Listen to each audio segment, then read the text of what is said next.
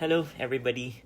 I'm Jay, and I'm bored. I am going to create a blog on what it has been staying in this amazing country. So I would like to immortalize the state of emotion and the state of feeling that I have. Nowadays, this is what we call the experience economy, whereas people are buying experience, not just only the material things. So I did it. Japan has always been with my dreams. I don't know. There are a lot of countries that some of you might, dream to visit. Some might be dreaming to go into Paris, going to the United States. There's amazing places that most Filipinos would think about when they say vacation.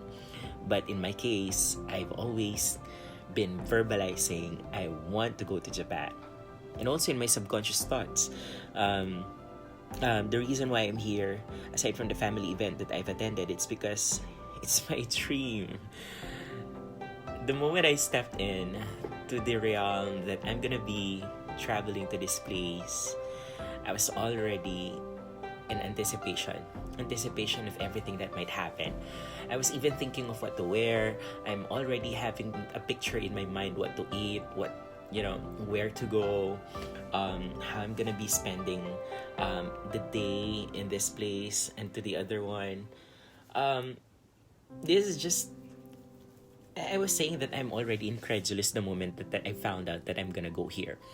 And that's the reason why I fixed this tour way ahead of time, just for me to be prepared.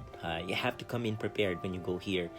You can't commit a mistake in Japan when you travel because it's huge. Some people might find it complicated, but if you came in prepared, the navigation, the basics of their culture, the law, the regulations, you have accomplished your permits, your consent, your travel documents in general, and all these things. What I always tell my students when we travel is that we have to have the 3 M's: the money, the moment, and the motivation. So I even went through a little bit of mental preparedness, physical preparedness when I went here. I've arrived in a winter season, and imagine the horror and the excitement I got coming from a tropical country. I'm only bringing sweatshirts, one leather jacket, few scarves with me, and then boom, 2 degrees. It was amazing though, because I have my cousins with me around. They sent me a parcel which contains winter clothes, and she shopped for me. And Nikki, thank you for that. Let's talk about Tokyo. And all the hustle and bustle that you have here is unbelievable. People are not really talking to each other. People are so serious. I found Tokyo quite interesting because it's really populated. People are really busy. Most of the people in Tokyo can be found in the subway. Almost everyone are using the subway for them to get to point A to point B. And people are always in a hurry. And that's quite interesting because I found Japanese men to be hardworking. They're all sitting in a corner and doing, just keeping quiet by themselves or looking at their mobile phones. Tokyo is offering me the all amazing wonders that technology can be offered in Japan. I've been to Shibuya. I've been to the Diversity, Odaiba. I forgot the metro line, whereas you could get to see the temples. Hara something. It's a place where you can find all these nice little costumes. Harajuku. Something like that. Right. I've been to Ginza. See, I told you I'm very poor with the name recall, the place recall, but I could describe them. I've been to this Meiji temple, which resorted me to understanding better how the dynasty, how the empire had changed the topography, the look of what we have now in Japan. I was able to visit this place where you could buy all the amazing stuff in a good find. In Tokyo, I saw a lot of tax-free shops. I found a lot of recycle shops, or they call them reuse shops. In the Philippines, we call them change, or we call them ukay-ukay. But their ukay-ukay here is much like brand new. They're brand new.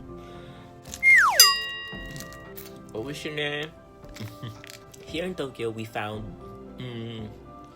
the train system to be less complicated than the ones that we have in Osaka and in Kyoto.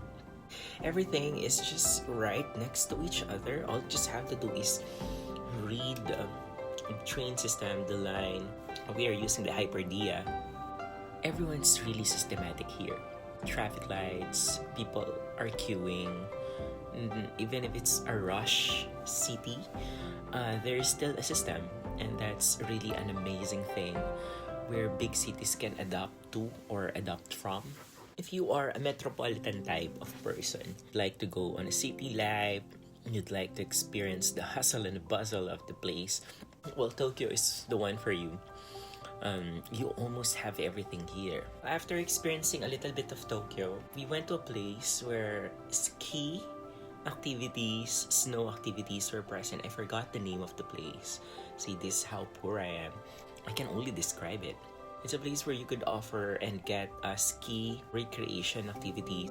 So that's where we went for the whole day. It's roughly around 3 hours bus ride from here. But if you're gonna be, riding the Shinkansen, the amazing bullet train they have in Japan, you'll be able to reach the place in an hour or so. And that was my first snow experience, and that was really incredible. I also went to Mount Fuji. I think that's in Honshu. And they say that your Japanese tour will not be complete without you seeing the most iconic, the highest place in Japan, and that's the Mount Fuji. Or in fact, when I was in the airplane, that's the first landmark I saw. The Mount Fuji. I took a lot of pictures in Mount Fuji. It was really magnificent. It was beautiful. I've also learned that it's not all year round that Mount Fuji has its, snow cap. But that's what makes it famous, Also, it's surrounded by 5 lakes, of which we went to one of the 5 lakes to experience matcha, making the matcha tea. We did that. I was telling myself, I hope this is forever. My friend said, okay, let's go. And I said, can you give me 10 more minutes? I'm just gonna appreciate this beauty. And I was just like looking at Mount Fuji, staring at it. I'm actually sending my spirit to Mount Fuji and telling, thank you. You're so beautiful. Thank you for, making me see you. And you see, Mount Fuji has an attitude problem. It doesn't show up to anybody, to everybody, all at the same time. Okay, sometimes Mount Fuji is very shy. It's gonna be covered with a lot of clouds. It's very difficult for you to see Mount Fuji, they said.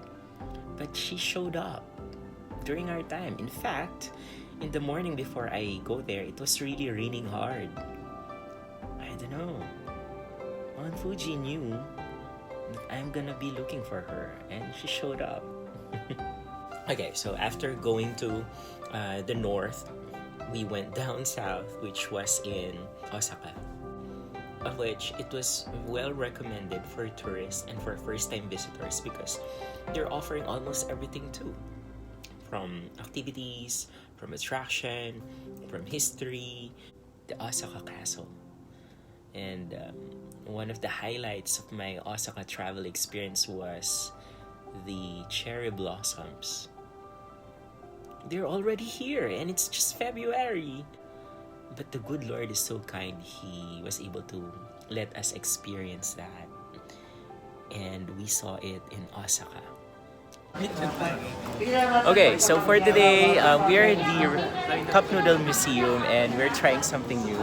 We are gonna be making and creating our own cup noodle design. So this is quite exciting, and what you should be doing in Japan is of course try this. I'm still here in Osaka and they told me that I have to try this one. this takoyaki are very famous here in Osaka. In Osaka was to go to Universal Studios. And being the mid-centric that I am, I tried those thrilling rides, and I went to see Harry Potter, you know, the castle, and how Universal Studios were able to pull it off like as it was in the movie, aesthetically. Alright, it's good. And the most thrilling adventurous ride I got to experience in Universal Studios was the one with the Hollywood thing. Roller coaster makes you forget your problems. So you see, amusement parks, how are they for me? I've been to Disneyland, I've been to Universal Studios, but you see, I felt like my area of interest is not anymore with amusement parks. It's a good experience though. I'm saying that my point of interest now goes into culture, goes into the know-how, and understanding how things are working. I went to Kyoto, my favorite place in Japan. Kyoto brings you back to the old Japan, whereas you could still see all the old traditional houses. You can see the amazing culture which was preserved, and it's UNESCO World Heritage. I was able to create a mental imprint. What was I doing in Kyoto? I experienced a lot of temples, castles are there. I also got to see and experience a 100-year-old ryokan, which I slept in for a night. Even if it's a short stay, it's as if I belong to Kyoto, the old soul. I loved every moment I was there. I was able to visit the bamboo forest.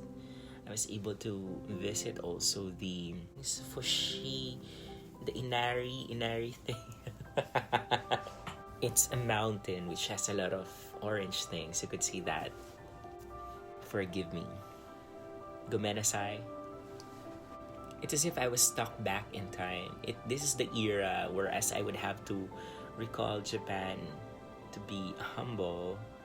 People are wearing colors, they're wearing kimonos, they're wearing smiles.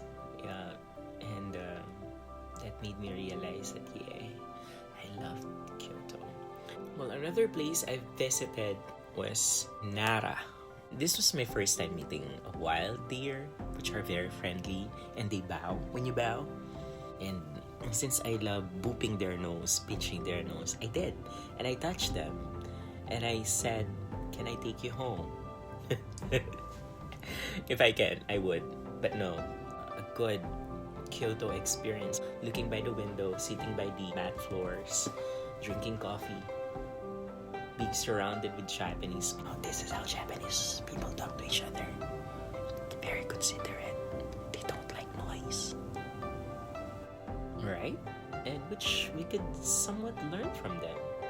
Well, the standards of living here is a bit pricey and expensive, but I think that correlates with how they do things around.